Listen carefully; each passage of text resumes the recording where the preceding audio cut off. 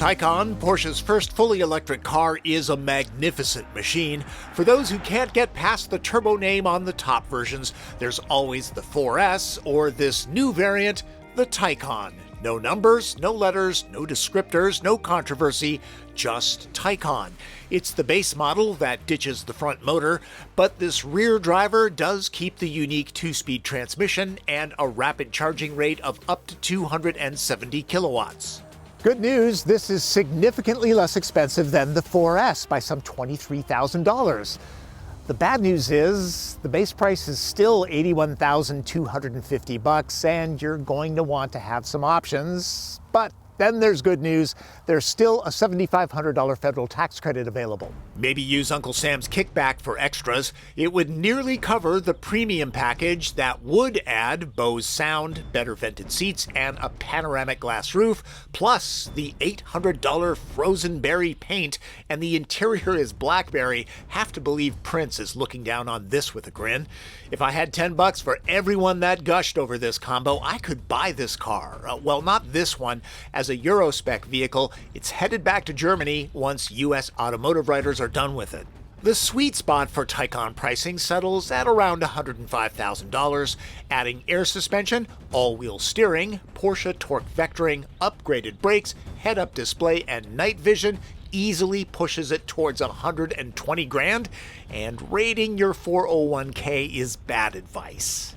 As far as sound goes, Taycan doesn't make much. It's an EV. I'm going to stop talking and just let you listen to it.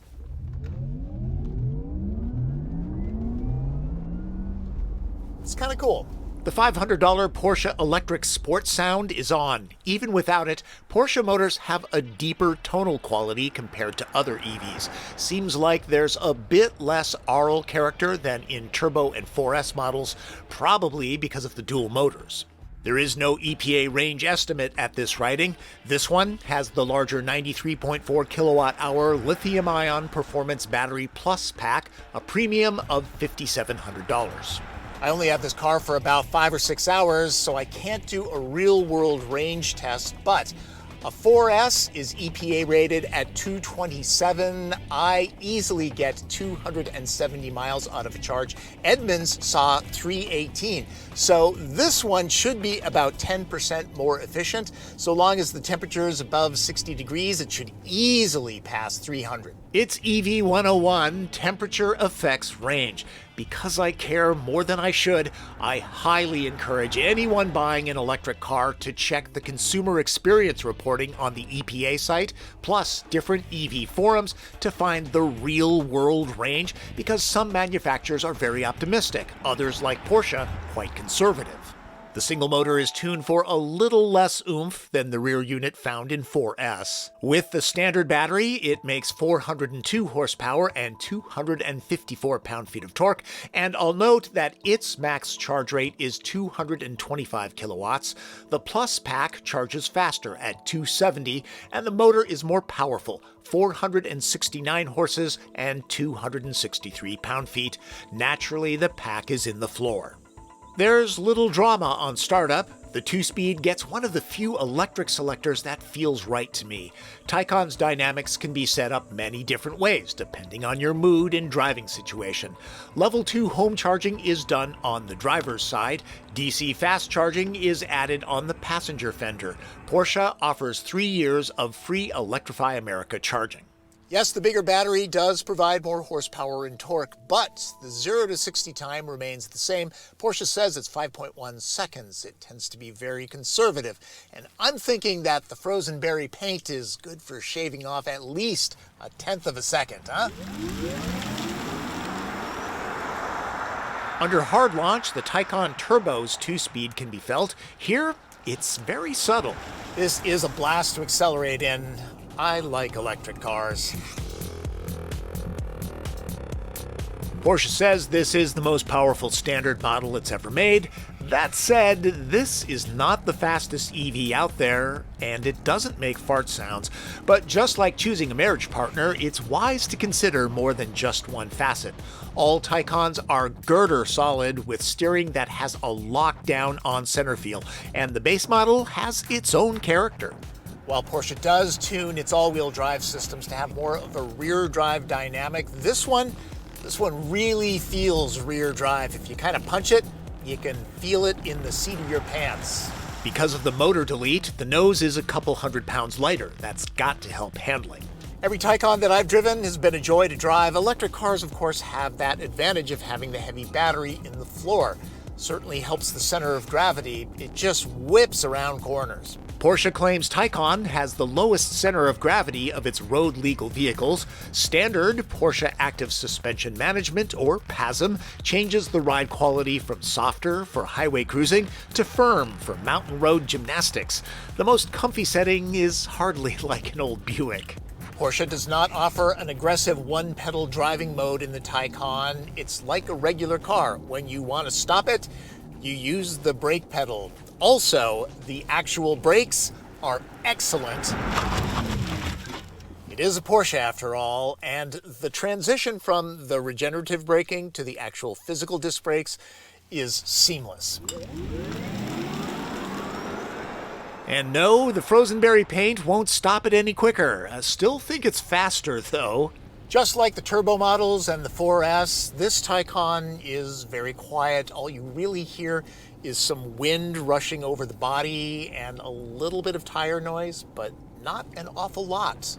The coefficient of drag is as low as 0.22. Impressive. Taycan's cockpit feels like one. It doesn't have the open, airy feeling that skateboard platforms can provide. It looks great, and the Blackberry colorway is soothing, funny. I'm craving a grape Jolly Rancher right now.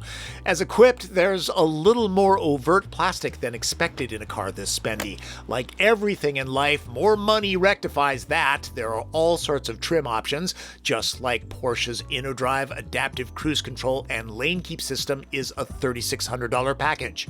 It is the way. Most of the controls are haptic touch surfaces. These feel much better than most.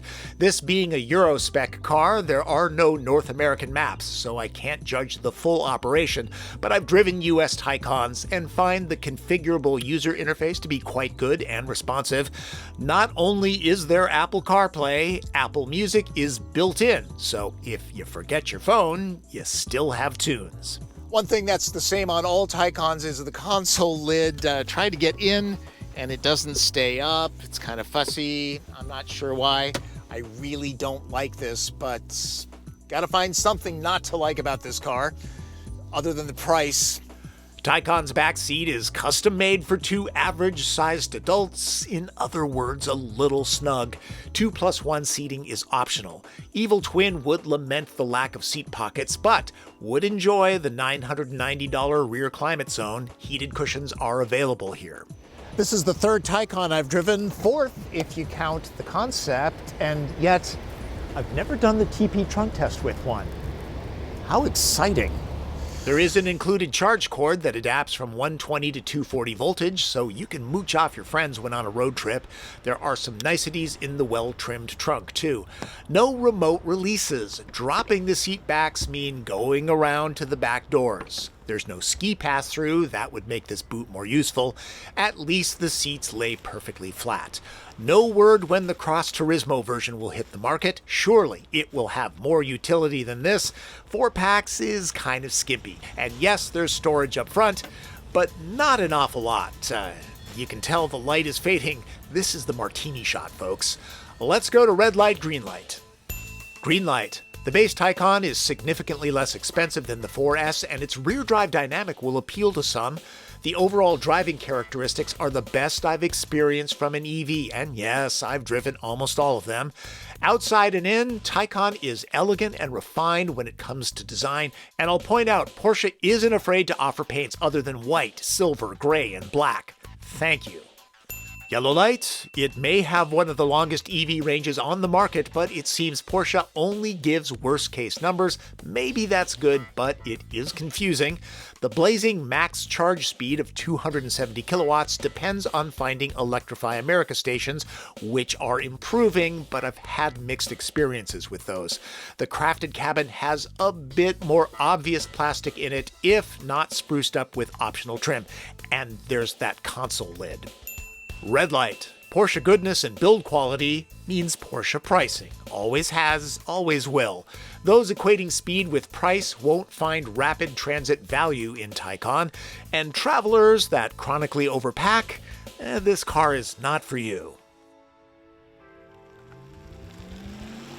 At this moment in time, buying an EV requires some deliberate planning that many people won't tolerate. They aren't for everyone, but things are rapidly becoming better. That I drove this car all day, shooting running footage and doing hard launches, then returning it with nearly half the pack left says a lot. I continue to believe that owners need home charging to make EV life practical, but convinced that most buyers believe they need more range than they really do. Personally, I would be torn between this and the 4S here in the Pacific Northwest. The roads are often a little bit damp and slippery, and all-wheel drive would really be appreciated, but I sure do like the cost savings on this one, that's for sure. The base version has a character that's a little different from its siblings. Even without the front motor, it remains one of my favorite cars, and that's considering vehicles twice the price. Yes, it's spendy. Still, Porsche opens the door to electrification for more buyers with the less expensive Taycan. And who else gives you choices like frozen berry paint? I will point you to my other Taycan reviews for more detail, especially if you're interested in the 4S and the Turbo. The 4S piece covers range and charging in more detail. And again, I've driven a lot of Teslas, and I like them, but the company offers no support for writers, so I pass when producing videos. Other people do them, go watch theirs. And I'd have to borrow somebody's private vehicle for 3 or 4 days to make the review accurate. Yeah, I only had this for most of a day, but I'm already familiar with Taycan, so I took it. This is the end of the video where I normally have a fun fact, and this time it's about how I produce these videos. I think you all know that I shoot, write, and edit them. Rob Calero was driving, so I could shoot the running footage, but what you don't know is I'm constantly detailing the vehicles because when they're going back and forth, they get dirty, lots of road grime, and the road is kind of wet, so there was a lot of mud on this. And, you know, you gotta keep them clean, right? I mean, it's a beautiful car, you wanna show it off. Got a lot of compliments on this, really did, in the short amount of time that I had it. And now I have to return it. So, see you later, folks. Remember to subscribe. That's Driven. I'm Tom Voelk.